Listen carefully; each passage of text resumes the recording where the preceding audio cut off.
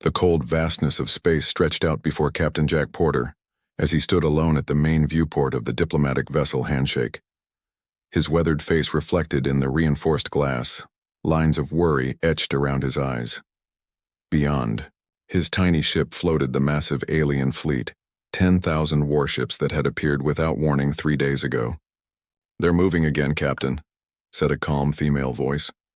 Jack didn't turn as the ship's AI, Dot, projected her simple blue hologram beside him. She appeared as a sphere of light that pulsed gently when she spoke. "Same pattern?" he asked, his deep voice steady despite the fear churning in his stomach. "Yes. They're forming a blockade around Earth's orbital stations. No weapons fired yet." Jack nodded. The aliens, dubbed the Swarm by Earth's terrified news networks, had jumped into the solar system and positioned themselves in a perfect sphere around Earth. Their ships looked like massive insects made of dark metal with spines and sharp edges that seemed designed to inspire fear. "Any response to our messages?" Jack asked, though he already knew the answer. "None, Captain. They've ignored all 47 attempts at communication." Jack finally turned away from the window, walking across the bridge of the small diplomatic vessel. The Handshake wasn't a warship. It carried no weapons, only communication equipment and living quarters for a crew of 12. But right now, Jack was alone except for Dot.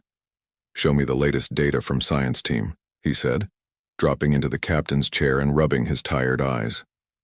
Dot's hologram floated to the main screen, where images of the alien ships appeared, alongside scanning data. "Earth Defense has been analyzing their technology for 72 hours now. The Swarm ships use an unknown propulsion system, and their hulls contain materials not in our database." Jack leaned forward. "What about their biology? Have we figured out anything about the aliens themselves?" "Limited information," Dot replied. "Thermal scans suggest they're warm-blooded. Ship designs indicate they're likely smaller than humans based on corridor and doorway dimensions. And there's something interesting about their communication signals." Jack raised an eyebrow. "Interesting how?" "All 10,000 ships broadcast and receive on the exact same frequency with perfect synchronization. The pattern suggests a hive mind," Jack finished, a small spark of hope lighting in his chest. "They think as one. That's the leading theory," Dot confirmed. "Which means—" The ship suddenly shook, cutting Dot off. A harsh, grinding noise filled the bridge. "What was that?" Jack demanded, jumping to his feet. "We're being pulled toward the largest ship," Dot reported, her blue light flickering with increased activity. "Tractor beam technology. I can't break free." Jack's mind raced. After 3 days of silence, the aliens had finally made a move. Are they targeting other Earth ships? No, just us. They want to talk. Jack moved quickly to his personal locker near the captain's chair. He punched in his code and pulled out a small metal case. "They must have figured out this is a diplomatic vessel." "Captain," Dot's voice had a warning tone. "Earth Defense is ordering you to activate the self-destruct sequence if the aliens attempt to board. They're concerned about technology capture." Jack scoffed. "And lose our only chance at communication? Not happening." The ship shuddered again as it was pulled closer to the massive alien mothership. Through the viewport, Jack could see it clearly now, a behemoth that dwarfed even Earth's largest space stations. Its surface bristled with what looked like weapons, sensors, and strange organic-looking protrusions. "Captain, I'm receiving a transmission, first contact from the Swarm." Jack's heart hammered in his chest. "Put it through." The speakers crackled, and then a sound filled the bridge that made Jack's skin crawl. It wasn't a single voice, but thousands speaking in perfect unison, creating a chorus effect that sounded both mechanical and organic. "Human vessel, you will submit. Your species will be harvested." Jack exchanged a glance with Dot's hologram. "Friendly bunch," he muttered. Then, louder. "This is Captain Jack Porter of Earth's diplomatic vessel Handshake. We seek peaceful. Resistance is noted. Inefficient. Your military forces are scattered. Earth is defenseless." Jack clenched his jaw. They weren't wrong. Earth's main fleet was deployed to the outer colonies, days away at best. By the time help arrived, the planet could be reduced to ash. "I request a meeting with your leader." Jack said firmly. Face to face, we believe communication can prevent unnecessary conflict. There was silence for a long moment. The ship continued to be pulled toward the alien mothership, now close enough that Jack could see strange lights pulsing along its hull, like blood, moving through veins. Finally, the chorus of voices returned. One human alone, unarmed, you will be examined. The transmission cut off abruptly. Well, Jack said, picking up the metal case he'd retrieved earlier. That could have gone worse. Captain, Dot's voice was concerned. Earth Defense is ordering you to reject their terms. They believe it's a trap. Jack snorted. Of course it's a trap, but it's also our only shot. He opened the case, revealing what looked like a simple black bodysuit and helmet. Is science team ready with the package? Yes. But Captain, the odds of success are slim, I know. Jack closed the case again. But tell me, what are Earth's odds if I don't try? Dot was silent for a moment, her hologram dimming slightly. Based on current swarm positioning and weapons assessment, total planetary destruction within 24 hours. Jack nodded grimly. That's what I thought. Send a message to Earth Defense. Tell them I'm accepting the aliens' invitation, and I'm taking the package with me. The handshake shuddered as it was pulled into a massive docking bay inside the alien mothership. Through the viewport, Jack could see hundreds of the swarm moving about. They were indeed smaller than humans, with 6 limbs and bodies that resembled insects, though they walked upright on their back 2 legs. Their exoskeletons gleamed under the harsh lights of the hangar. They'll be boarding in approximately 2 minutes, Dot reported. Captain, Jack, there's something else you should know. Jack looked up from where he was checking the seals on his suitcase. What is it? The neurological disruptor in the package. Science team says it's never been tested on actual swarm biology. The effects could be unpredictable. Jack smiled wryly. Dot, when I signed up to be a diplomatic officer 20 years ago, predictable wasn't in the job description. He closed the case with a snap. Upload yourself to my suit systems. If this goes south, I want you with me. Already done, Dot replied, her hologram flickering out as her consciousness transferred to the suit's integrated systems. A heavy thud echoed through the ship as something attached to the outer airlock. Jack took a deep breath, squaring his shoulders. In a few minutes he would be the first and possibly last human to meet the swarm face to face. 1 human against 10,000 aliens. Let's hope science team got the frequencies right, he muttered to himself as the airlock began to cycle. Open. Otherwise this will be the shortest diplomatic mission in history. The outer door slid open, revealing 3 swarm soldiers, their mandibles clicking in what might have been anticipation. Behind them stood thousands more, filling the hangar bay of the mothership. Jack Porter stepped forward, case in hand, to meet the enemy that threatened his world. Jack Porter walked between the alien guards, his back straight despite the fear that threatened to freeze his legs. The swarm soldiers were about a head shorter than him, but their 6 limbs and sharp mandibles made them look dangerous. Their bodies were covered in a dark, shiny exoskeleton that reminded Jack of beetle shells. Steady heart rate, Captain. Dot's voice whispered in his ear through the tiny communicator. Keep breathing normally. Jack gave a small nod, though he knew Dot could monitor his vital signs through the sensors hidden in his clothes. He clutched the metal case tightly as the guards led him deeper into the mothership. The corridors were strange. Unlike human ships with their straight lines and right angles, the swarm ship had rounded tunnels that pulsed with an eerie red light. The walls seemed almost alive, with small movements visible just beneath the surface. It's organic, Dot observed quietly. The ship appears to be partly grown rather than entirely built. Jack wanted to reply but kept silent among his escorts. The air was thick and humid with a sweet smell that made his head feel slightly dizzy. The further they walked, the more swarm aliens they passed. Some worked at strange consoles with limbs, moving too fast for Jack's eyes to follow. Others carried weapons or equipment. All of them turned to watch the human pass, their compound eyes reflecting his image hundreds of times over. After what felt like miles of walking, they reached a massive door that pulsed with stronger light than the corridors. One guard stepped, forward and pressed its limb against the surface. The door didn't slide open like on human ships. Instead, it seemed to part like living tissue, revealing a vast chamber beyond. "The command center," Dot whispered. "And there are a lot of them in there, Captain." Jack's breath caught in his throat as he stepped into the enormous room. It was shaped like a dome, with thousands of the swarm positioned throughout. Some stood on the floor, others clung to the walls and ceiling. All were connected by thin, glowing tendrils that linked their bodies together in a vast web of light. At the center of the room stood the largest alien Jack had ever seen. It was easily 3 times his height, with more limbs than the soldiers and a head that featured multiple sets of eyes and mandibles. Its exoskeleton had markings that glowed with the same red light as the ship. "Commander Krill," Dot identified in Jack's ear. At least that's what the translator is calling it. The actual sound is more like a clicking noise. As Jack approached, the massive alien turned all its eyes toward him. When it spoke, its voice was the same chorus of thousands that Jack had heard on the ship.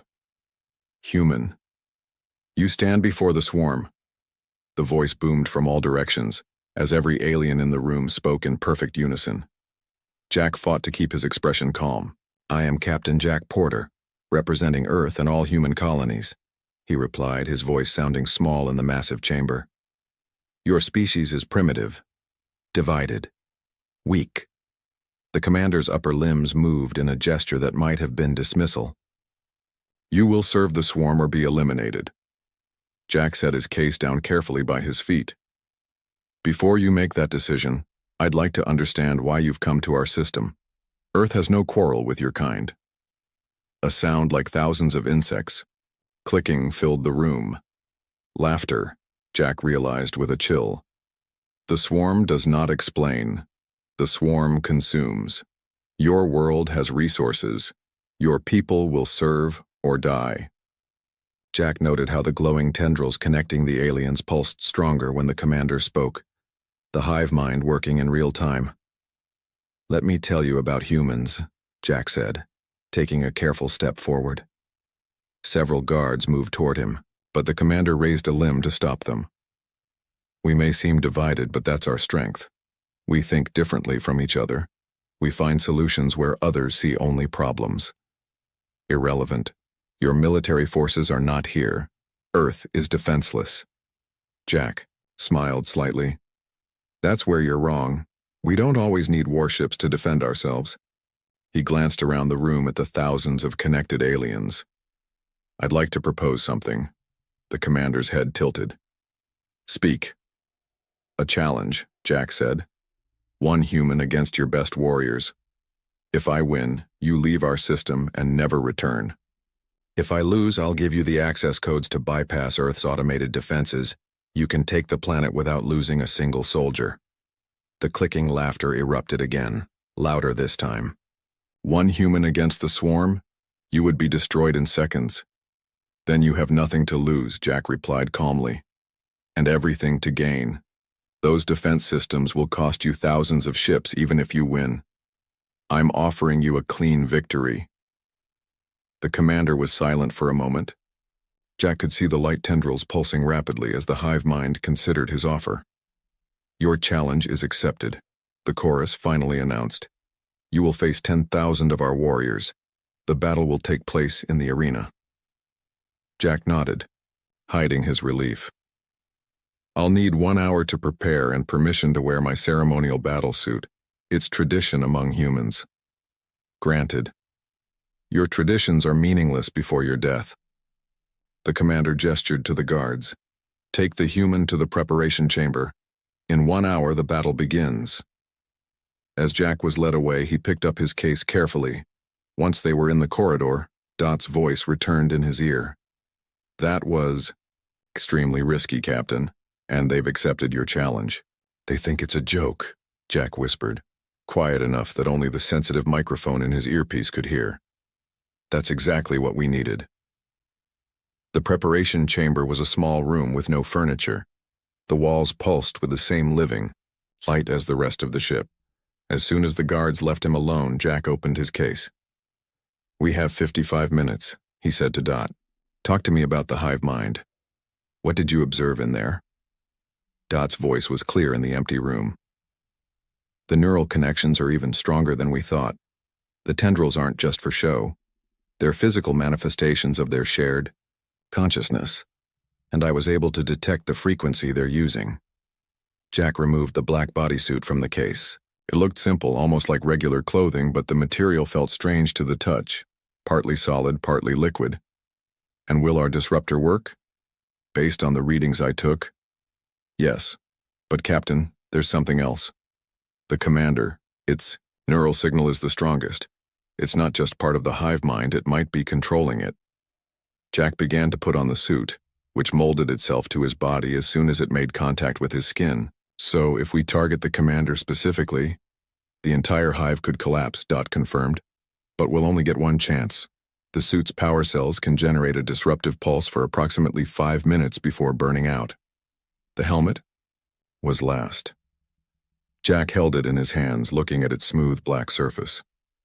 Inside was Earth's most advanced technology, tiny emitters that could generate a field specifically tuned to disrupt the swarm's neural network. 5 minutes to defeat 10,000 aliens, Jack said with a grim smile. I've faced worse odds. No, you haven't, Dot replied, a rare touch of humor in her artificial voice. Jack put on the helmet, which sealed seamlessly with the rest of the suit. The inside lit up with displays showing suit status, power levels, and a countdown timer.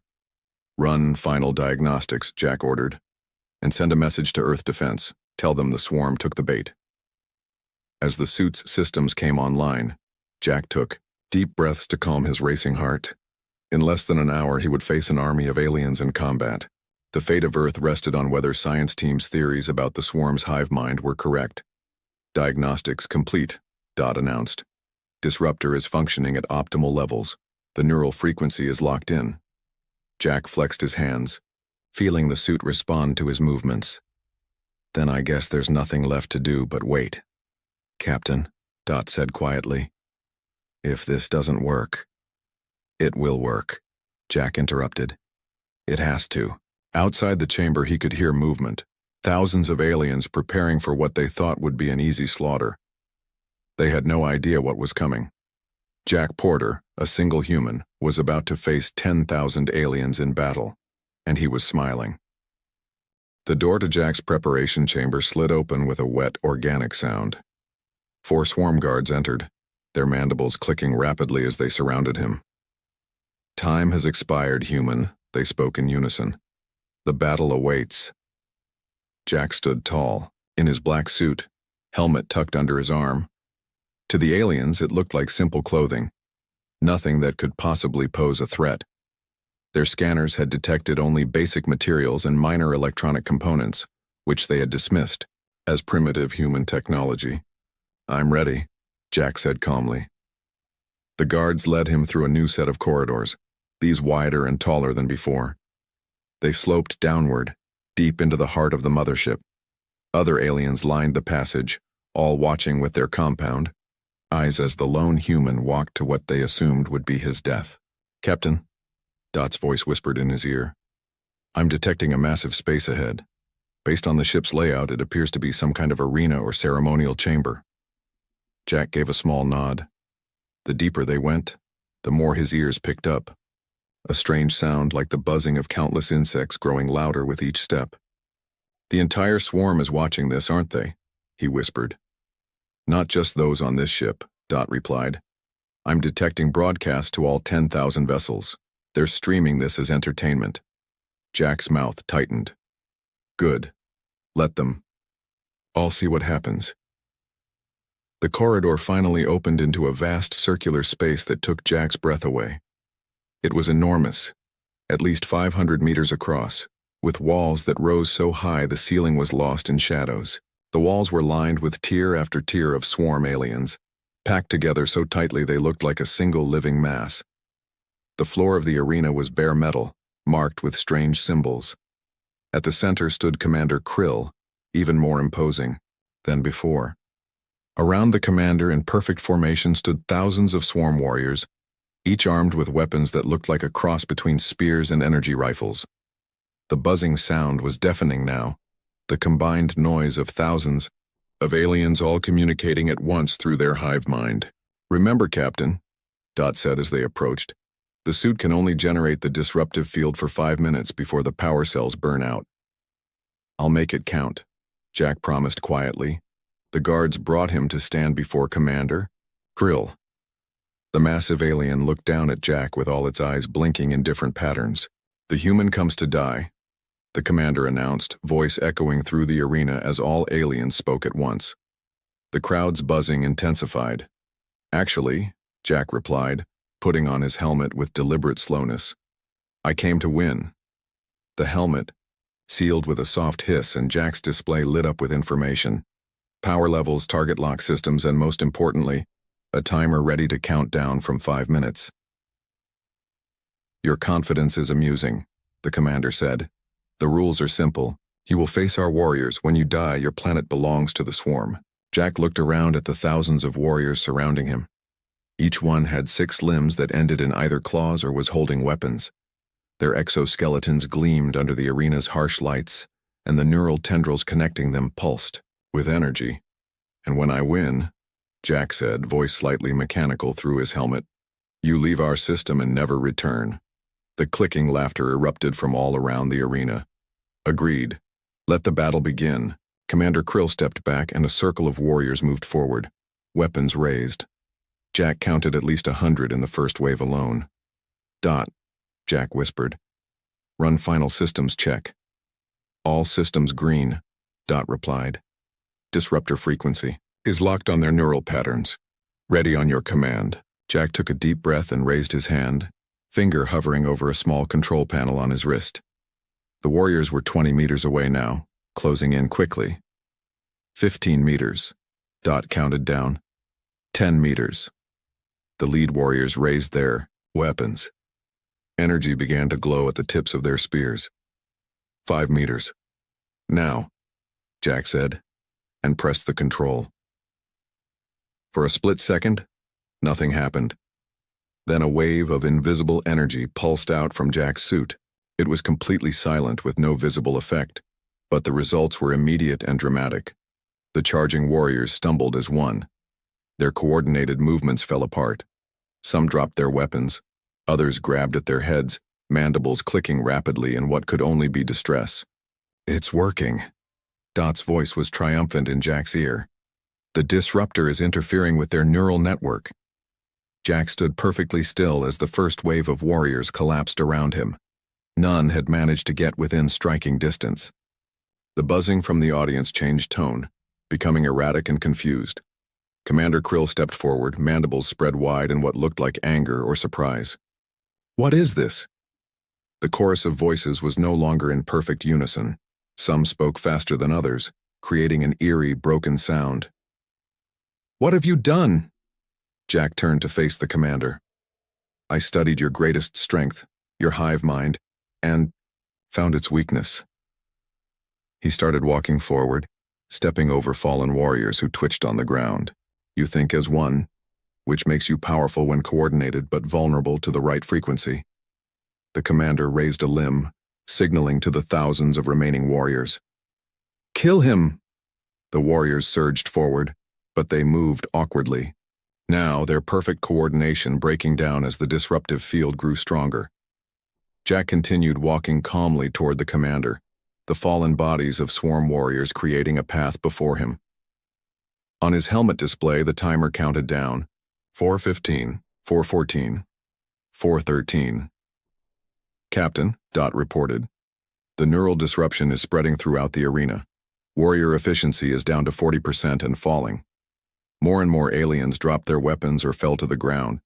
Some began to fight each other, confused about who was the enemy. The once organized army was dissolving into chaos." Jack kept his eyes on Commander Krill. "Dot, can you target the disruption more specifically at the commander? It seems to be the central node of the hive." "Mind? Adjusting frequency now," Dot replied. The suit hummed slightly as it redirected its energy. Commander Krill suddenly staggered, its massive body shaking. The glowing tendrils connecting it to the other aliens flickered and dimmed. "No." The commander's voice was now alone.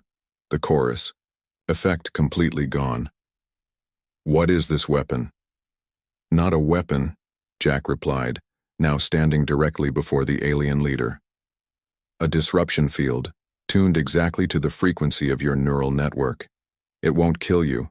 It just disconnects you. All around the arena, thousands of swarm warriors were now down, their limbs twitching uncontrollably. The few still standing moved like drunk people, bumping into each other and dropping their weapons. Impossible, the commander growled, trying to strike at Jack with one massive limb. The blow was slow and uncoordinated, and Jack easily sidestepped it. One human cannot defeat the swarm. I'm not defeating you with strength, Jack said. I'm defeating you with science. The same way humans have survived every threat we've ever faced. We adapt. We observe. We find the solution that works. Timer, 305, 304, 303. The commander fell to its knees, body shaking with spasms as the neural disruption intensified. Jack stood over the fallen leader, watching as the once mighty alien tried to reconnect with its hive mind. Your invasion is over, Jack said firmly. In a few hours, the effects will wear off. When you recover, you'll find Earth's terms for peace in your ship's computers. I suggest you accept them. The swarm does not surrender. The commander's voice was weak now, barely audible. You don't have a choice, Jack replied. Look around you. 10,000 warriors defeated in minutes by a single human with the right technology. The buzzing in the arena had fallen almost silent. Across the entire space, swarm aliens lay incapacitated or moved in confused, uncoordinated patterns. The battle that was supposed to be the end of humanity had instead become a demonstration of its ingenuity. Jack looked at his timer. 2:47, 2:46, 2:45. Dot, he said quietly. Contact the handshake. Tell them to prepare for extraction, and send word to Earth Defense. The swarm has been neutralized. Already done, Captain, Dot replied. Earth is safe. Jack Porter stood in the HFY, center of the alien arena, surrounded by thousands of fallen warriors. The battle was over, and it had taken less than 3 minutes. One human had faced 10,000 aliens. And won. Jack stood in the center of the arena, surrounded by thousands of incapacitated swarm warriors. His suit's timer continued its countdown. 2:30, 2:29, 2:28. The neural disruptor would keep working for another 2.5 minutes before the power cells were completely drained. Captain, Dot's voice came through his helmet. I'm detecting movement at the arena entrance. Jack turned to see more swarm aliens appearing at the main doorway. Unlike the warriors, these were smaller and lacked weapons. They wore different markings on their exoskeletons. Scientists or medics, Jack guessed. They're not affected by the disruptor, Jack noted, watching as the new arrivals moved with purpose, checking on fallen warriors. Different neural frequency, Dot explained. These must be from a separate caste within the swarm. They appear to operate on a different mental network. The newcomers froze when they spotted Jack standing tall amid the chaos. One stepped forward cautiously. Unlike the warriors and commander, it spoke with a single voice. Human. What have you done to them? Its voice was higher pitched, almost musical compared to the harsh chorus of the warriors. Jack gestured to the fallen commander. I've temporarily disrupted their neural network. They'll recover in a few hours. The alien's compound eyes blinked rapidly. Impossible. No species has ever broken the warrior link. Well, now one has. Jack took a careful step toward the alien. Who are you? I am Trill, lead thinker for the swarm. The alien's front limbs moved in a complex pattern. We operate separately from the warrior collective. This was unexpected information. Jack glanced at his timer. 2:10 remaining. Dot, are you recording this? He whispered. Every word, Captain, she confirmed. This explains why our intel was incomplete. The swarm has at least 2 distinct social groups with different neural patterns. Jack addressed Trill again. Your warriors attacked our system without provocation. They threatened to destroy our planet. Trill made a strange clicking sound. The warrior collective consumes. It knows nothing else. For 10,000 cycles, They have found new worlds, new resources, new species to absorb. And the thinkers? What do you do? We study, we learn. Trill moved closer, examining Jack's suit with obvious curiosity. Your technology is fascinating. A neural disruptor tuned precisely to the warrior frequency. We never considered such a defense possible. Jack's mind was racing. This changed everything about how Earth understood the swarm. Are you saying the warriors and thinkers have different goals? We share a purpose but different methods, Trill explained. The warriors expand. We preserve knowledge. It has been our way since the beginning. Around them, more thinkers had entered the arena, moving among the fallen warriors, checking their condition. None showed any fear of Jack. Captain, Dot whispered. This could be an opportunity for a more permanent solution than just military defeat. Jack nodded slightly. Trill, when your warriors recover, what will they do? The aliens' movements became agitated. They will attack again. The warrior collective knows only conquest. When they recover from your disruptor, they will be even more determined to destroy your world. Unless something changes in your leadership structure, Jack suggested carefully. Trill's compound eyes focused intently on Jack. Explain. Jack looked at his timer. 1:45 remaining. In human history, when a leader is defeated in battle, sometimes a new leader takes their place. One with different ideas. The alien was silent for a long moment. Then, you suggest the thinkers should control the warriors. I'm suggesting that peace might be more beneficial to both our species than war. Trill turned to confer with several other thinkers who had gathered nearby. They made rapid clicking sounds that Jack couldn't understand. Captain, Dot reported, I'm detecting signals from the mothership's communication array. The thinkers appear to be contacting the other ships in the fleet. Jack remained still, watching the aliens discuss. His gamble was risky. He had no idea if the thinkers would be better or worse than the warriors. But faced with 10,000 ships capable of destroying Earth, he needed to try something. Finally, Trill turned back to Jack. For many cycles, the thinkers have questioned the wisdom of endless conquest. Resources become scarce. New enemies emerge. The swarm grows too large to sustain itself. The alien's voice became stronger. Your defeat of the warrior collective provides an opportunity. What kind of opportunity? Jack asked. A new direction. One where the swarm seeks knowledge and cooperation rather than only consumption. Trill gestured to the fallen commander. When Krill awakens, it will find the command structure changed. Jack's timer read 1:20. And what about Earth?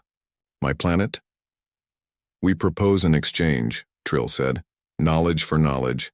Technology for technology. The thinkers have accumulated wisdom from 1,000 worlds. We would share this with humans in exchange for peace, and for the technology you use today.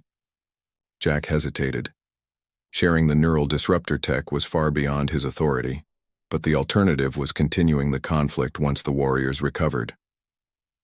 I can't make that decision alone, Jack said carefully. I'm just a diplomatic officer. But I can bring your proposal to Earth's leadership. Trill made a gesture that might have been agreement. The warriors will remain incapacitated for several of your hours. Time enough for discussions to begin. A sudden alarm beeped in Jack's helmet. His timer flashed red. 0:45 seconds remaining. Captain, Dot warned. Power cells are reaching critical levels. The disruptor field will collapse soon. Jack knew he needed to act quickly. Trill, I need to return to my ship now. When the disruptor fails, the warriors nearest to me will recover first. We will escort you, Trill signaled to several other thinkers. The future of both our species may depend on this new understanding. As they moved toward the exit, Jack looked back at the thousands of fallen warriors and their commander. The battle had been won, but the real challenge, establishing peace between humans and the swarm, was just beginning. Jack's timer continued, its countdown as they hurried through the corridors. 00:30, 0:29, 0:28. Dot, contact the handshake. Tell them to prepare for immediate departure once I'm aboard, and send a message to Earth Defense. We may have just found allies among our enemies. Message sent. Confirmed. Captain, Earth Defense is requesting a full report on what just happened. Jack smiled grimly as they reached a transport pod that would take them to the docking bay. Tell them I'll explain everything once we're safely away, and tell them to prepare for visitors. I think the Thinkers will want to begin negotiations immediately. The pod doors closed, and they shot through the mothership toward the docking bay where the handshake waited. Jack's timer reached 0 just as they arrived, and he felt the subtle change as his suit's disruptor field collapsed. Power cells depleted, announced. The disruptor is offline. Jack removed his helmet, taking a deep breath of the ship's air. It did its job. It bought us the time we needed. Trill and 2 other Thinkers followed Jack to the airlock of the handshake. Human Captain Jack Porter, Trill said formally.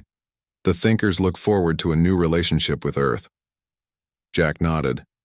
So do I, Trill. So do I.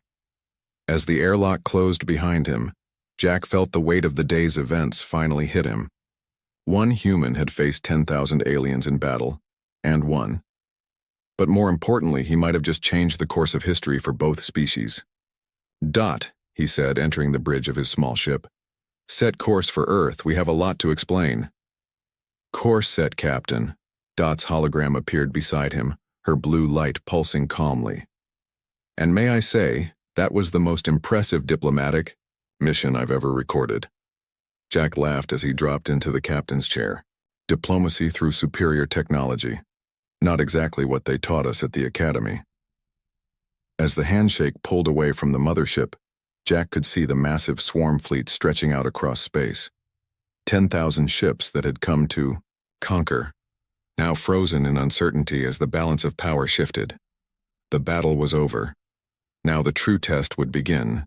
3 days after the battle, Jack Porter stood at the window of Earth's largest space station, watching as the swarm mothership approached. Unlike before, this time the massive ship came in peace, escorted by Earth defense vessels that looked tiny beside it. Nervous, Captain? General Adams asked, joining Jack at the window. The older man's uniform was decorated with medals from decades of military service. A little, Jack admitted. It's not every day you invite the aliens who nearly destroyed your planet to a peace conference. The general nodded, his weathered face serious. Your gamble was either the bravest or the craziest thing I've ever seen. 1 man against 10,000 aliens. It wasn't about bravery, Jack said. It was about finding the right solution. Science. Team deserves the credit for the neural disruptor technology.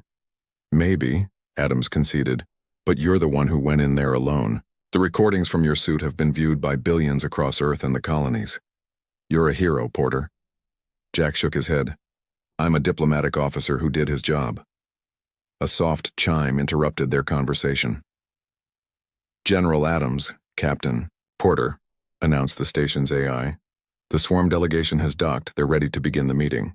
The 2 men turned from the window and walked through the station's wide corridors toward the main conference room.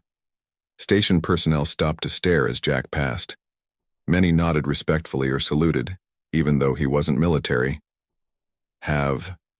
The Thinkers explained why they let the warriors attack us in the first place, Adams asked as they walked. According to Trill, the swarm has operated the same way for thousands of years, Jack explained. The warriors conquer. The Thinkers study. They've been on separate neural networks for so long that they rarely questioned the arrangement. Our disruptor changed everything by proving the warriors could be defeated. And we trust them because... Jack smiled slightly. We don't. Not completely. That's why Earth Defense has 20 warships surrounding their mothership, and why the neural disruptor technology has been installed throughout this station. They reached the conference room doors, which slid open to reveal a large circular table. Around it sat the most powerful leaders from Earth and its colonies, the president, military commanders, and scientific experts. And on the other side, 6 swarm thinkers, including Trill. Jack's eyes widened when he saw who sat in the center of the alien delegation. Commander Krill. The massive warrior looked different now. The glowing tendrils that had once connected it to the hive mind were gone. Its eyes focused on Jack with clear recognition. "Captain Porter," the commander spoke in a single voice, not the chorus from before. "We meet again under different circumstances." Jack and General Adams took their seats at the table. The room fell silent, all eyes on the human who had defeated the swarm. President Chen opened the meeting. 3 days ago, Earth faced extinction at the hands of the swarm fleet. Today we sit at the same table to discuss peace. This unprecedented turn of events is due largely to the actions of Captain Jack Porter. Jack nodded in acknowledgement, but kept his eyes on Commander Krill. The alien leader seemed changed, more focused, more individual. Trill spoke next. "For countless cycles, the swarm has expanded through conquest. The warriors led, the thinkers followed. Your neural disruptor technology did more than temporarily disable our warriors. It created an opportunity for change." "What kind of change?" General Adams asked skeptically. Commander Krill answered, surprising everyone. "I was the center of the warrior collective. All thoughts, all commands flowed through me to the others. When your disruptor broke that connection, something unexpected happened. The alien's mandibles moved in what might have been discomfort. For the first time I experienced individual thought." Jack leaned forward. "You're no longer connected to the hive mind?" "The connection has been modified," Krill explained. "The warriors are still linked, but not as a single consciousness. We now operate as individuals within a network, similar to your human military structure." President Chen looked surprised. "And this change is permanent?" Trill answered. "With help from your scientists, yes. We have reconfigured the neural frequencies to maintain coordination without sacrificing individual thought. The warrior collective now thinks both as one and as many." Jack couldn't believe what he was hearing. "And the warriors agreed to this?" "Not all," Commander Krill admitted. "Some ships have left the fleet seeking to maintain the old ways, but most have accepted the new arrangement. Your victory was convincing." The meeting continued for hours as both sides discussed terms for peace. The swarm would withdraw from Earth's system but establish an embassy on the outer moon of Jupiter. Trade would begin cautiously, with knowledge and technology exchanged under strict supervision. As the formal agreements were drafted, Jack found himself standing with Trill and Commander Krill near the refreshment table. "There's something I don't understand," Jack said to Krill. "Why did you accept this change? You were the leader of the most powerful force in this part of the galaxy." The alien was silent for a moment. "When the neural connection broke, I experienced something new. Clarity. For thousands of years, the warrior collective consumed without questioning. World after world, species after species. But to what end?" Krill's massive head tilted. "Your defeat of us using intelligence rather than force showed a different path." Trill added, "The thinkers have long believed that knowledge is more valuable than conquest. Now perhaps the warriors are beginning to see the same truth." Jack wasn't entirely convinced. "And Earth can trust this change of heart?" "Trust must be earned," Krill acknowledged. "But consider this. If we wished to destroy your world, we could have brought more ships. The 10,000 you faced were merely the first wave." Jack felt a chill run down his spine. "How many more?" "Enough to darken the skies of 100 worlds," Trill said quietly. "But that future is no longer certain. You have given us a new path to consider." The meeting concluded with the formal signing of the Jupiter Accords, establishing peace between humans and the swarm. As the delegates prepared to depart, Commander Krill approached Jack one last time. "Captain Porter," the alien said, "humans have a saying we discovered in our research. Sometimes the greatest battles are won without fighting. I did not understand this before." Jack nodded. "And now?" "Now I understand that true strength can lie in finding alternatives to conflict." The commander extended one massive limb in what appeared to be a gesture of respect. "Your species is young, but remarkably adaptable. The galaxy will be watching what happens next." Jack carefully shook the offered limb, aware of the historic moment. "So will we." As the swarm delegation departed, Jack returned to the window to watch their mothership pull away from the station. General Adams joined him again. "Do you think it will last?" the general asked. "This peace?" Jack considered the question seriously.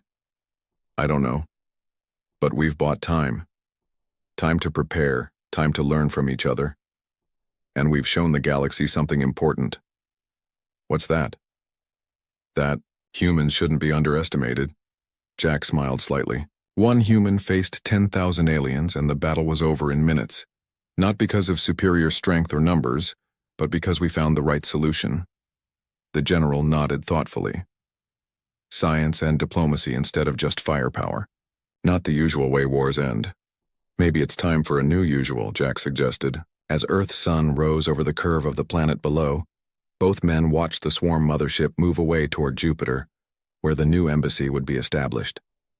A new chapter was beginning for both species. The battle was over. The real work was just beginning. And Captain Jack Porter, the human who had faced 10,000 aliens alone, was ready for whatever came next. The massive alien ship hung in the blue sky above New York City like a silver cloud. People stood in streets, on rooftops, and leaned out of windows, their necks craned upward. Some pointed, some prayed, but most just stared with open mouths. Captain Joe Miller watched from the roof of the United Nations building. His hand rested on his gun, though he knew it would be useless if the aliens turned hostile. 6 months of radio contact had led to this moment, and despite the friendly messages exchanged, Joe didn't trust these visitors from another world. "Steady, Captain," said Admiral Pat Stone, standing beside him. The older man's face showed no emotion, but his eyes never left the alien craft. "Remember, we're diplomats today, not soldiers." Joe nodded but didn't move his hand from his weapon. 20 years in Earth's defense fleet had taught him to prepare for the worst while hoping for the best. The ship's bottom split open, and a beam of white light touched down on the landing pad. Through the light came 5 tall figures. They had blue skin that shimmered in the sunlight, 4 arms and large heads with 4 eyes spaced evenly around. They wore simple white clothing with no visible weapons. The tallest alien stepped forward. "I am Ambassador Trell of the Stellar Union," he said in perfect English, his voice coming through a small device on his chest.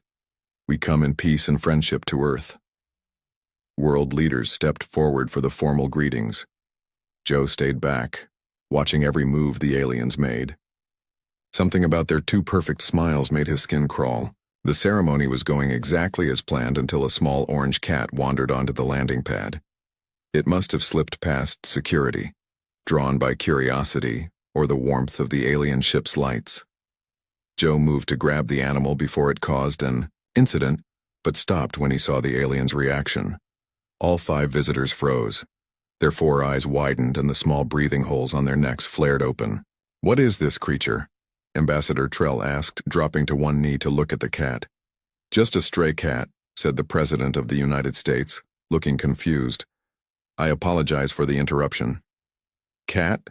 Trell repeated the word slowly. "May I touch it?" The President nodded, looking at Joe with raised eyebrows. Joe shrugged.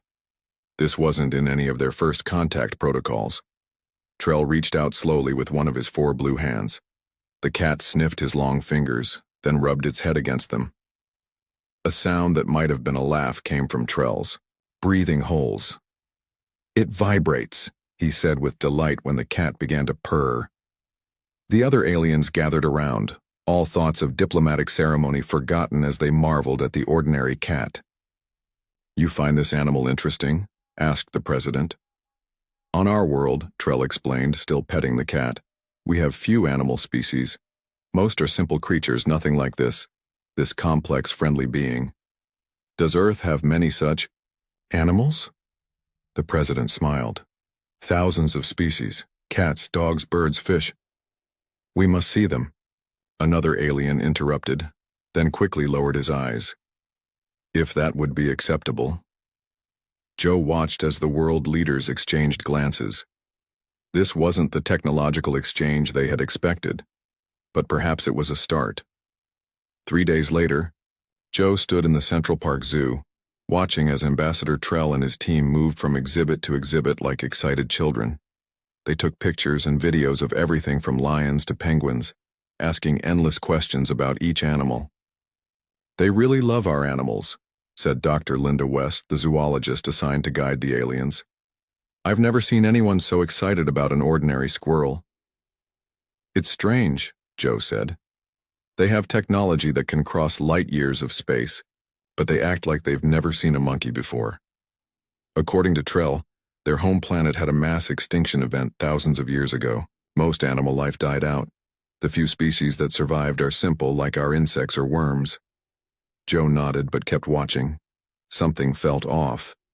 Yes, the aliens were clearly fascinated by Earth's wildlife, but he had caught Trell twice now, using a device to scan the zoo's security systems when he thought no one was looking. As the day ended, Trell approached the human delegation. "We wish to propose a cultural exchange," he said. "We would like to bring some Earth animals to show our people. In return, we offer technology that will help Earth join the galactic community." The politicians jumped at the chance. Within weeks, plans were made to send samples of Earth wildlife to Stellar Union worlds.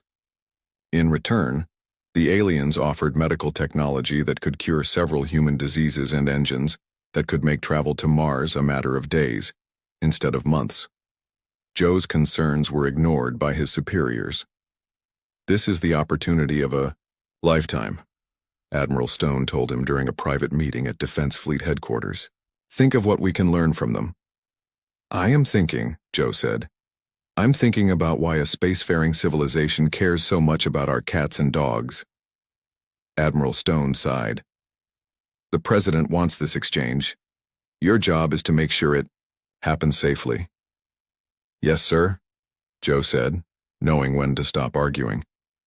6 months later, Joe stood in a special facility built just outside Washington, D.C., watching as aliens carefully loaded cages containing pairs of dogs, cats, rabbits, and birds onto their transport ships. Each animal had been checked by vets and tagged with tracking devices. "They're treating those animals better than most humans do," said Tom Green, one of Joe's team members. "That's what worries me," Joe replied quietly. The alien interest in Earth had only grown. Now they had tourism programs bringing wealthy aliens to Earth's wildlife parks. They paid well, boosting Earth's economy and bringing jobs to areas that needed them. Most humans were happy with the arrangement. Joe wasn't. That night, he used his security clearance to enter Ambassador Trell's temporary office at the United Nations. He had 20 minutes before the security patrol would return. It took him 15 minutes to crack Trell's computer system. What he found confirmed his worst fears.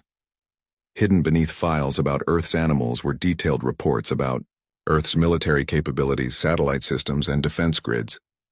Maps showed Earth's strategic resources and key infrastructure. Joe downloaded everything to a secure drive, then carefully erased all signs of his presence. As he slipped out of the building, his mind raced. These weren't the notes of friendly visitors. They were military intelligence reports. Later that night, Joe sat in Admiral Stone's home office, watching the older man's face darken as he reviewed the files. "This proves nothing," Stone said finally. "Of course they'd study our military. We're studying theirs too." "Sir, with respect, they're planning something. The animals are just a distraction." Stone didn't answer right away. He stared at the maps on his screen, showing Earth's defensive weak points highlighted in red. "I'll take this to the President," he said finally, "but keep quiet about this. If you're wrong, you'll destroy the best thing that's happened to Earth in centuries." Joe nodded, but as he left Stone's house, he couldn't shake the feeling that by the time Earth's leaders accepted the truth, it might be too late. The aliens hadn't come for Earth's animals, they had come for Earth itself. In his spaceship orbiting Earth, Ambassador Trell finished his latest report to the Stellar Union High Command. Yes, Earth's animals were fascinating, but its real value was strategic. A perfect location near 3 major wormhole junctions that would give the Union control over trade routes worth trillions. "Soon," he whispered, looking down at the blue planet. "Soon." 2 years passed since the aliens first arrived. The relationship between Earth and the Stellar Union had changed. What started as friendly meetings was now tense and uncomfortable. Colonel Joe Miller, recently promoted from captain, stood at the window of his office in the Mars Defense Base. The Red Planet had been Earth's first major colony, with 30,000 people living under its huge domes. Now it felt like a military camp. Through his window, Joe could see 3 Stellar Union ships hovering above the Martian surface. They claimed to be research vessels, but Joe knew better. They were warships. "Colonel Admiral Stone is on the line," his assistant called. Joe walked to his desk and turned on the secure video link. Admiral Stone's face appeared on the screen. The older man looked tired, with new lines around his eyes. "Status report?" Stone asked without greeting. 3 more Union ships arrived yesterday," Joe said. "That makes 7 in Mars orbit. They're positioning for something." Stone nodded. "Same story at the Moon colony. The president is starting to listen to our concerns, but it might be too late." "What happened?" Joe asked. "There was a fight in the asteroid belt. The Union claims our mining ships crossed into their territory. Our miners say the Union ships attacked without warning." Joe's stomach tightened. "Casualties?" 2 dead. 12 injured. The mining ship was destroyed. Joe swore quietly. "They're pushing us toward war, Admiral. I know. But we need proof of their intentions. Real proof, not just suspicious ship movements."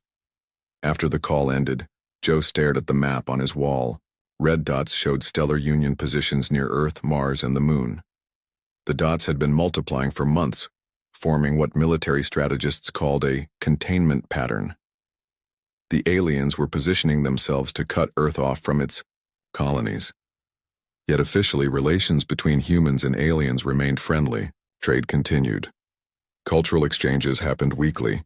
Millions of tourists from the Stellar Union visited Earth's nature parks and zoos. But the gifts of technology had slowed, and the aliens now asked more questions about Earth's resources than its animals. On the Stellar Union flagship orbiting Jupiter, Ambassador Trell stood nervously before General Cross. The general was from the military branch of the Union, tall even for their species, with dark blue skin scarred from old battles. "Your progress is too slow," Cross said, his 4 eyes blinking in sequence, a sign of annoyance. "The humans are becoming suspicious," Trell replied. "They've increased security. My access to their systems is limited now." Cross waved one of his forearms dismissively. "It doesn't matter. We have enough information about their defenses." "What about the agreement?" Trell asked. "The High Command promised a peaceful integration of Earth into the Union." Cross laughed, a hissing sound. "These humans refuse to accept their proper place. The other 9 species we've incorporated all understood they must serve the Union. Humans demand to be equals." He spat the last word like it tasted bad. "They are an interesting species," Trell argued. "Their relationship with their animals alone shows unique qualities, and some of these animals show remarkable—" "I'm not interested in their furry pets," Cross interrupted. "I care about the fact that Earth sits at the junction of 3 major wormhole routes. Control Earth, control commerce across this sector of the galaxy." "What are your orders?" Trell asked, knowing argument was useless. "Continue as before. Act friendly. Study their animals if you must, but prepare your staff for war." Cross turned to the star map glowing on the wall. "The Union fleet will be in position within 3 months. Then we'll show these humans their true place in the galaxy." Back on Earth, Professor Alex Reed worked late in his laboratory at Boston University. The xenobiologist had spent 2 years studying samples of Stellar Union biology. The aliens had freely provided tissue samples and medical data as part of the scientific exchange. Alex looked through his microscope at the alien cell structure again. Something had been bothering him about their nervous system. Something he couldn't quite place. "Running audio test number 47, he said to his computer. The machine played a series of sounds while Alex watched the reaction of alien tissue samples under the microscope. Nothing happened until the sound reached a very high frequency, 28,000 hertz. Suddenly, the alien cells stopped all activity. Alex sat back, surprised. He ran the test again. Same result. Computer, what on earth makes sounds at that frequency naturally? Several Earth animals produce sounds in that frequency. Range, including certain bats, dolphins, and specialized devices used for training dogs. Alex thought for a moment, then picked up his phone. Colonel Miller, this is Professor Reed. I found something you need to see. It's about the aliens. Yes, it might be important for defense. I'll be on the next shuttle to Mars. 1 week later, Joe sat in a secure room with Admiral Stone, Professor Reed, and 5 other high-ranking military officers. They had just watched Reed's presentation about alien biology. So you're saying that sounds at this frequency basically stun them? Admiral Stone asked. Temporarily, Alex clarified. Their nervous system shuts down for about 30 seconds, then slowly restarts. It's like hitting their reset button. And this affects all of them? Joe asked. Based on the tissue samples I've studied from different Union species, yes. They all share this vulnerability. It must be from evolving on their home planet, which has a different atmosphere than Earth. Admiral Stone looked thoughtful. How could we use this? Before anyone could answer, an alarm blared through the base. Joe ran to the communication console on the wall. Report, he ordered. Sir, Stellar Union ships are firing on the moon colony, came the panicked voice of the communications officer. They're saying our ships violated their space, but it's not true. It's an attack. Joe looked at Admiral Stone, whose face had gone hard. It's starting, Stone said simply. They've decided to move. Over the next 3 hours, reports came in from across the solar system. Stellar Union ships were attacking Earth vessels and colonies everywhere. Their diplomats on Earth claimed it was all because of human aggression, but the pattern was clear. In the conference room, the mood was grim. Earth's space fleet was outnumbered and outgunned by the Stellar Union forces. We can't match them ship for ship, Joe said, looking at the tactical displays. Then we don't fight them that way, Admiral Stone replied. He turned to Professor Reed. Your discovery about their sensitivity to sound, can we weaponize it? Reed nodded slowly. Yes, but delivery would be the problem. We'd need to get sound generators close to their ships and bases. Joe thought about the 2 years of watching aliens coup over Earth's animals. An idea began to form. What if, he said slowly, we use the very thing they came here for against them? The animals? Stone asked, looking confused. The aliens have been collecting our animals for years. They have them on their ships and their bases. What if we use that? Professor Reed's eyes widened. You mean train the animals to carry sound devices? It could work. The aliens wouldn't suspect pets or wildlife. They still see them as simple, cute creatures. Admiral Stone looked at the star map, where red dots showed Union ships moving toward Earth. Develop the plan, he ordered. We'll need every advantage we can get. He looked at Joe. Because whether we're ready or not, we're at war. As if to confirm his words, the building shook as Stellar Union ships began bombing the Mars colony from orbit. 3 days after Ambassador Trell's message, a historic meeting took place on a neutral space station orbiting Earth. Colonel Joe Miller and Admiral Stone represented Earth's military. Professor Alex Reed joined as a scientific advisor. They sat on one side of a long table. On the other side sat Ambassador Trell and 3 other Stellar Union representatives. General Cross was noticeably absent. Where is the general? Admiral Stone asked as the meeting began. General Cross has been relieved of his command, Trell said carefully. The High Command was not pleased with his handling of the Earth campaign. Joe leaned forward. You mean they didn't like that he lost? Trell's 4 eyes blinked slowly. The Stellar Union does not lose wars, Colonel Miller. But in this case, we are willing to acknowledge that continuing the conflict would not be beneficial for either side. Admiral Stone placed a data pad on the table. These are our terms. The Stellar Union will remove all military forces from Earth and our colonies. You will pay compensation for the damage done to Mars and the Moon. And you will recognize Earth as a fully independent territory, not subject to Union control. Trell and the other aliens examined the terms. After a quick discussion in their own language, Trell nodded. These terms are acceptable. With one addition from our side, he said. We request permission to continue scientific and cultural exchanges, particularly regarding Earth's animals. Joe laughed without humor. You still want to study our animals? After you tried to kill them all? That was General Cross's order, not the policy of the Union leadership, Trell replied. Many of us opposed it. Your world's biodiversity is unique. In all our explorations, we still have much to learn from it. Professor Reed, who had been quiet until now, spoke up. You mean you want to learn how to defend against our animal tactics if there's another war? Trell's breathing holes flared slightly, a sign of discomfort.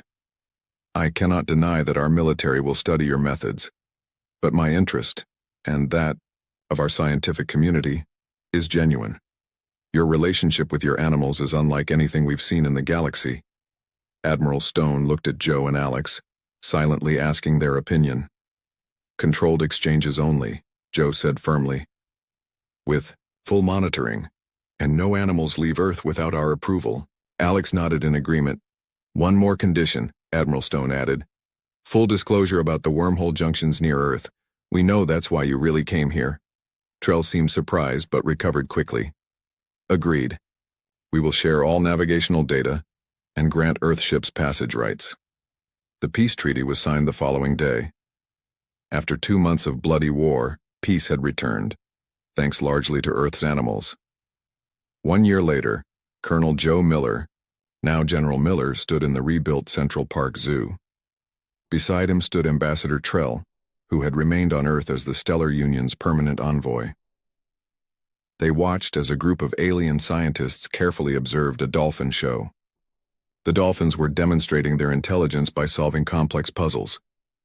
They still can't believe how smart they are, Joe commented. On our homeworld, animals are simple creatures, Trell explained. Before coming to Earth, we never imagined forming partnerships with other species. Joe nodded toward a special section of the zoo where human and alien children played together with puppies and kittens. It was part of a new cultural exchange program. That's the real success story, he said. The next generation learning from each other. Trell made a sound that Joe had come to recognize as agreement. The Union has much to learn from Earth about cooperation between species. It's changing our entire philosophy. They walked to a memorial that had been built to honor the animals that had served during the war. Names of dogs, cats, dolphins, and other creatures were engraved on a stone wall. At the base, a simple message read, They fought not because they understood war, but because they understood loyalty. General Cross never understood, Trell said quietly. He saw your use of animals as primitive. He didn't realize it demonstrated your greatest strength. Which is? Joe asked. Your ability to form bonds with other species, to communicate across boundaries that we thought were absolute. It's, humbling. A small brown dog approached them, wagging its tail. Joe knelt to pet it. This is Max, he told Trell. He was one of our first animal operatives in New York. Trell carefully extended one of his 4 hands. Max sniffed it, then allowed the alien to gently stroke his fur. I've been meaning to ask, Joe said as they continued walking. That day on your flagship with the mice, how did you avoid being affected? By the sound devices? Trell's breathing holes fluttered, the alien equivalent of a smile. Professor Reed isn't the only one who can conduct research. I'd been studying the effects of those frequencies since we detected the first use of your new weapon. I developed protection for myself, and conveniently didn't share it with General Cross, Joe observed. An unfortunate oversight, Trell replied, his tone making it clear it had been anything but. They reached a new building at the edge of the park, the Interspecies Research Center. Inside, human and alien scientists worked together studying animal cognition. Professor Reed met them at the entrance. Our latest results are fascinating, he told them excitedly. We've discovered that dolphin communication patterns share similarities with both human language and Stellar Union pulsed speech. They might be able to learn to communicate with both species. Trell's eyes widened in surprise. A third intelligent species? Maybe more, Alex said. Elephants, certain apes, some birds. They all show complex thought patterns. We're just beginning to understand. As they toured the facility, they passed a room where several aliens were working with dogs and cats. The animals were being trained to help aliens with disabilities navigate Earth's environments. Service animals for aliens, Joe remarked. That's something I never imagined.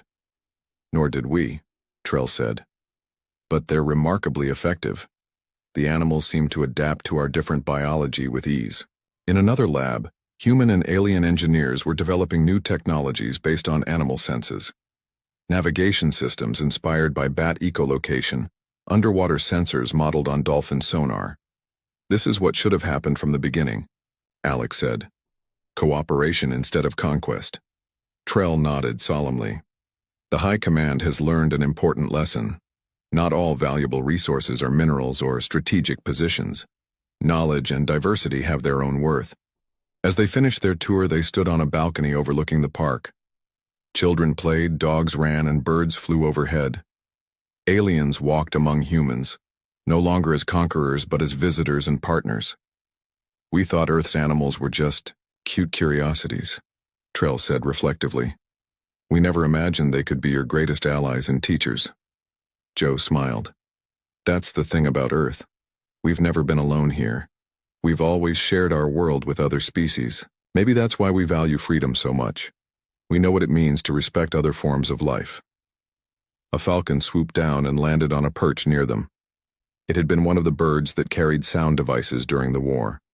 Now it wore a small camera, helping scientists monitor the park's environment. From weapons of war to instruments of peace, Alex observed. Like us all, Joe replied, watching as human and alien children laughed together while puppies tumbled around their feet. On the path below, an alien child carefully offered a treat to a rabbit. The small animal hopped forward, sniffed the strange blue hand, then took the food. The alien child made a sound of pure delight. That, said Trell, pointing to the simple interaction, is the future of our species. Learning to share the universe, not conquer it. As the sun set over the rebuilt city, the lights of human and alien vessels twinkled in the sky above. Earth was no longer alone in the cosmos, and its animals, once just curiosities to alien eyes, had become ambassadors to the stars.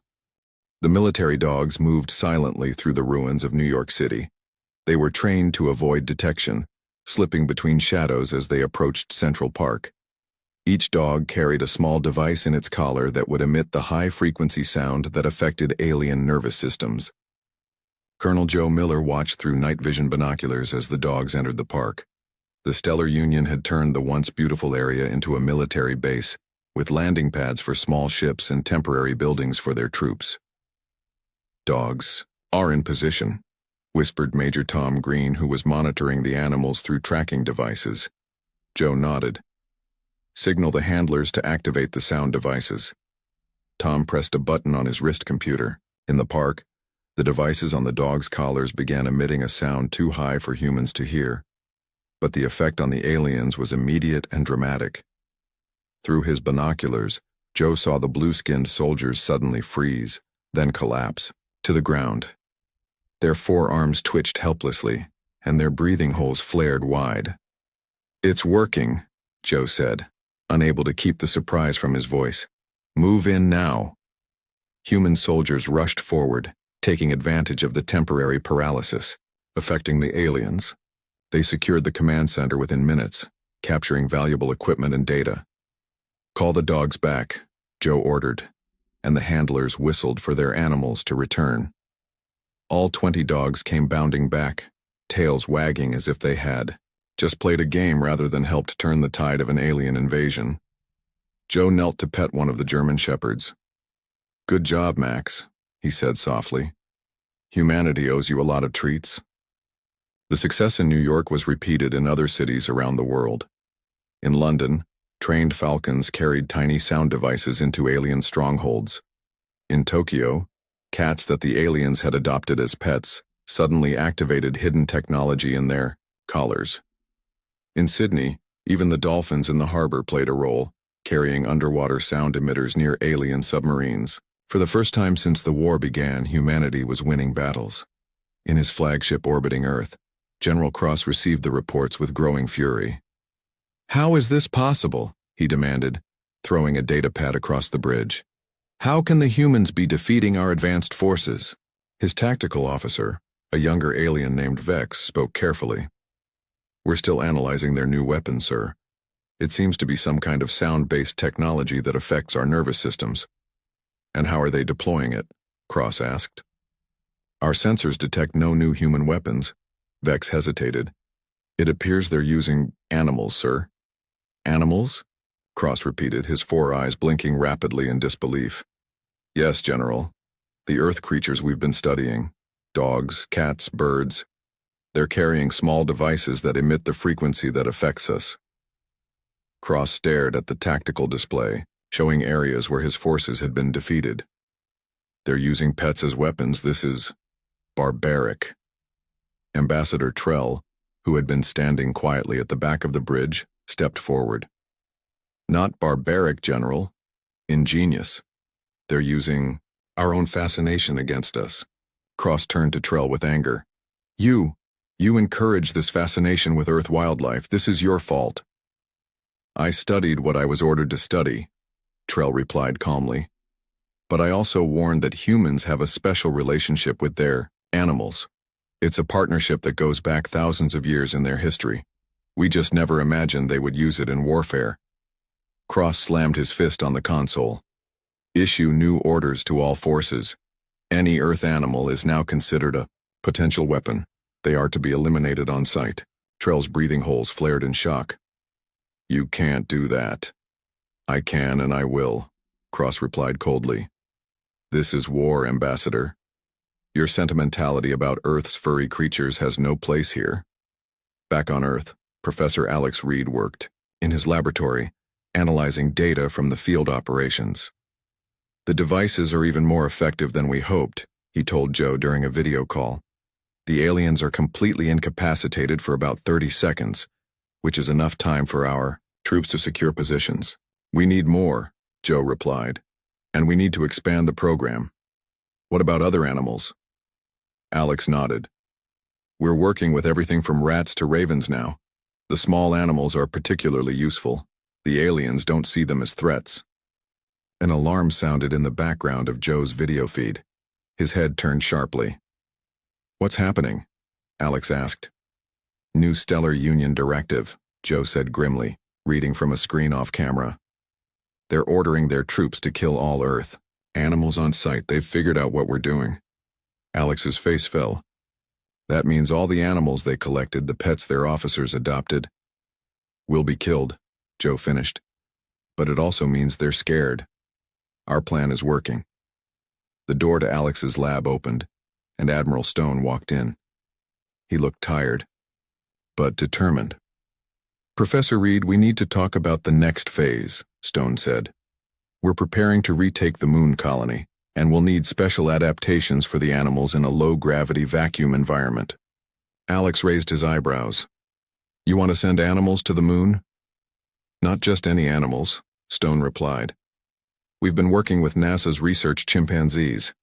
They're intelligent enough to operate more complex devices, and with special suits, they can survive in the lunar environment." Joe's voice came through the video link. "Chimps in spacesuits carrying sonic weapons? If someone told me this was our battle plan a month ago, I'd have thought they were crazy." Stone's face remained serious. "Desperate times, Colonel. The chimps have already been trained for space missions. They know how to follow specific instructions." Alex shook his head in wonder. "I'll start designing lunar-adapted sound devices immediately." The war continued to shift in Earth's favor. As more animals were deployed with the sound devices, Stellar Union forces found themselves constantly ambushed by creatures they had once found fascinating. In a forest outside Berlin, Commander Lark of the Stellar Union ground forces was leading a patrol when they spotted a family of deer. "Remember the new orders," he told his troops. "All Earth animals are potential threats." His soldiers raised their weapons, but before they could fire, ravens swooped down from the trees. Each bird carried a tiny sound device. The high-frequency noise hit the aliens like a physical blow, dropping them to their knees. From the trees emerged human resistance fighters, quickly capturing the paralyzed aliens. Similar scenes played out worldwide. Rabbits carried devices into alien camps. Trained mice infiltrated alien ships docked on Earth. In coastal areas, sea creatures joined the fight, with otters and seals carrying waterproof sound emitters near alien underwater bases. The Stellar Union forces, which had expected an easy victory against Earth's inferior technology, found themselves constantly outmaneuvered by the planet's wildlife. On his flagship, General Cross watched with growing alarm as more reports of defeats came in. "This is impossible," he muttered. "Defeated by animals?" Vex approached cautiously. "Sir, our forces are requesting permission to withdraw from Earth's surface. The animal attacks are making ground operations unsustainable." Cross's four eyes narrowed dangerously. "Withdraw? The mighty Stellar Union does not retreat from primitives, especially not because of their pets." "With respect, General," Vex said carefully, "these aren't just pets anymore. The humans have turned practically their entire ecosystem into a weapon system." Before Cross could respond, alarms blared through the ship. "What now?" he demanded. "Breach in lower deck 3, reported a security officer. "Something small has entered through the ventilation system."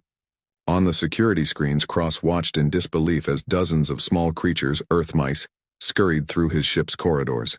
Each carried a tiny blinking device. "No," Cross whispered, realization dawning too late. "Evacuate the bridge. Now." But the high-frequency sound was already filling the ship, and one by one Cross and his officers collapsed, their nervous systems temporarily shut down by the simple but effective human weapon. Ambassador Trell, who had been wearing special ear protection developed in secret with human scientists, remained standing. He walked to the communication console and sent a message to Earth. "Humans of Earth, this is Ambassador Trell. I wish to discuss terms for the Stellar Union's surrender." 3 days after Ambassador Trell's message, a historic meeting took place on a neutral space station orbiting Earth. Colonel Joe Miller and Admiral Stone represented Earth's military. Professor Alex Reed joined as a scientific advisor. They sat on one side of a long table. On the other side sat Ambassador Trell and 3 other Stellar Union representatives. General Cross was noticeably absent. "Where is the general?" Admiral Stone asked as the meeting began. "General Cross has been relieved of his command," Trell said carefully. "The High Command was not pleased with his handling of the Earth campaign." Joe leaned forward. "You mean they didn't like that he lost?" Trell's 4 eyes blinked slowly. "The Stellar Union does not lose wars, Colonel Miller. But in this case we are willing to acknowledge that continuing the conflict would not be beneficial for either side." Admiral Stone placed a data pad on the table. "These are our terms. The Stellar Union will remove all military forces from Earth and our colonies. You will pay compensation for the damage done to Mars and the Moon, and you will recognize Earth as a fully independent territory, not subject to Union control." Trell and the other aliens examined the terms. After a quick discussion in their own language, Trell nodded. "These terms are acceptable, with one addition from our side," he said. "We request permission to continue scientific and cultural exchanges, particularly regarding Earth's animals." Joe laughed without humor. "You still want to study our animals? After you tried to kill them all?" "That was General Cross's order, not the policy of the Union leadership," Trell replied. "Many of us opposed it. Your world's biodiversity is unique. In all our explorations, we still have much to learn from it." Professor Reed, who had been quiet until now, spoke up. "You mean you want to learn how to defend against our animal tactics if there's another war?" Trell's breathing holes flared slightly, a sign of discomfort. "I cannot deny that our military will study your methods, but my interest, and that of our scientific community, is genuine. Your relationship with your animals is unlike anything we've seen in the galaxy." Admiral Stone looked at Joe and Alex, silently asking their opinion. "Controlled exchanges only," Joe said firmly. "With full monitoring. And no animals leave Earth without our approval." Alex nodded in agreement. "One more condition," Admiral Stone added. "Full disclosure about the wormhole junctions near Earth We know that's why you really came here. Trell seemed surprised but recovered quickly. Agreed. We will share all navigational data and grant Earth ships passage rights. The peace treaty was signed the following day. After 2 months of bloody war, peace had returned, thanks largely to Earth's animals. 1 year later, Colonel Joe Miller, now General Miller, stood in the rebuilt Central Park Zoo. Beside him stood Ambassador Trell, who had remained on Earth as the Stellar Union's permanent envoy. They watched as a group of alien scientists carefully observed a dolphin show. The dolphins were demonstrating their intelligence by solving complex puzzles. They still can't believe how smart they are, Joe commented. On our homeworld, animals are simple creatures, Trell explained. Before coming to Earth, we never imagined forming partnerships with other species. Joe nodded toward a special section of the zoo, where human and alien children played together with puppies and kittens. It was part of a new cultural exchange program. That's the real success story, he said. The next generation learning from each other. Trell made a sound that Joe had come to recognize as agreement. The Union has much to learn from Earth about cooperation between species. It's changing our entire philosophy. They walked to a memorial that had been built to honor the animals that had served during the war. Names of dogs, cats, dolphins, and other creatures were engraved on a stone wall. At the base, a simple message read, "They fought not because they understood war, but because they understood loyalty." General Cross never understood, Trell said quietly. He saw your use of animals as primitive. He didn't realize it demonstrated your greatest strength. Which is? Joe asked. Your ability to form bonds with other species, to communicate across boundaries that we thought were absolute. It's humbling. A small brown dog approached them, wagging its tail. Joe knelt to pet it. This is Max, he told Trell. He was one of our first animal operatives in New York. Trell carefully extended one of his 4 hands. Max sniffed it, then allowed the alien to gently stroke his fur. I've been meaning to ask, Joe said as they continued walking. That day on your flagship with the mice. How did you avoid being affected? By the sound devices? Trell's breathing holes fluttered. The alien equivalent of a smile. Professor Reed isn't the only one who can conduct research. I'd been studying the effects of those frequencies since we detected the first use of your new weapon. I developed protection for myself, and conveniently didn't share it with General Cross, Joe observed. An unfortunate oversight, Trell replied, his tone making it clear it had been anything but. They reached a new building at the edge of the park, the Interspecies Research Center. Inside, human and alien scientists worked together studying animal cognition. Professor Reed met them at the entrance.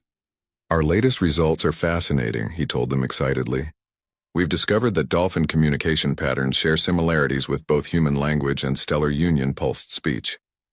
They might be able to learn to communicate with both species.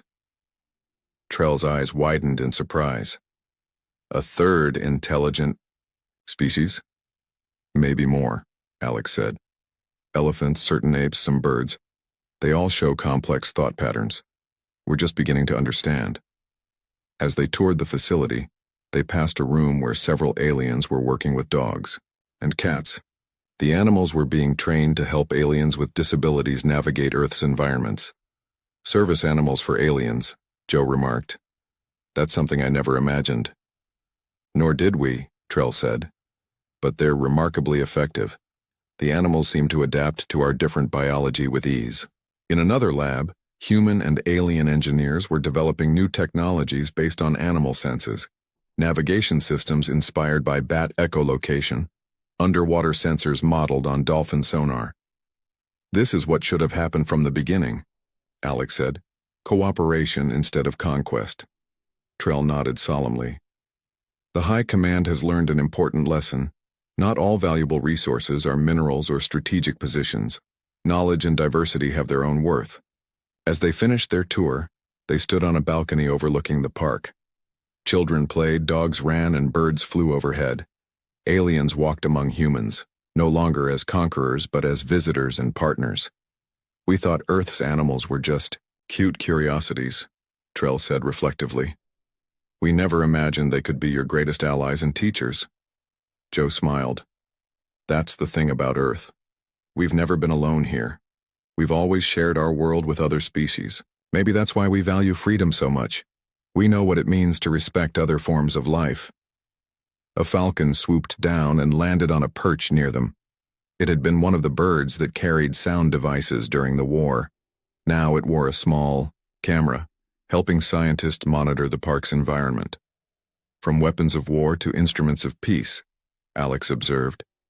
Like us all, Joe replied, watching as human and alien children laughed together while puppies tumbled around their feet. On the path below, an alien child carefully offered a treat to a rabbit. The small animal hopped forward, sniffed the strange blue hand, then took the food. The alien child made a sound of pure delight.